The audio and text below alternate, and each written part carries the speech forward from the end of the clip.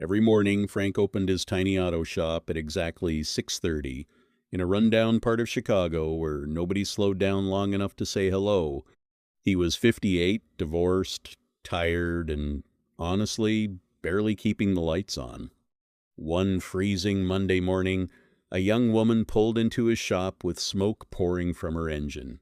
She stepped out, shivering, holding a little boy's hand. "Please," she said softly, "I just need it running long enough to get to work." Frank popped the hood, looked inside, and sighed. The repair would cost more than the car was worth.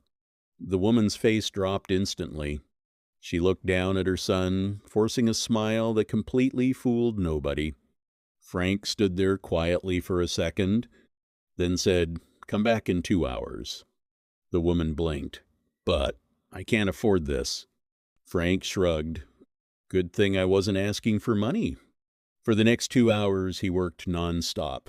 Grease on his hands, old rock music playing from a dusty radio, heater barely working.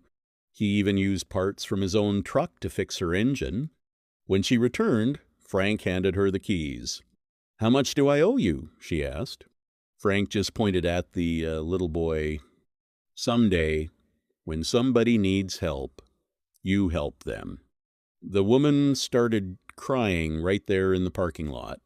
Frank awkwardly looked away like he didn't know what to do with emotions. Then life moved on. Or so he thought. 3 months later, Frank got a letter in the mail. Inside was a photo of that same little boy smiling in front of a school science fair project. And taped beside it was a check for $50,000. Turns out, the woman worked for a major automotive company. She had told her boss what Frank did. At the bottom of the letter, one sentence was written in shaky handwriting. "Good people deserve good days, too."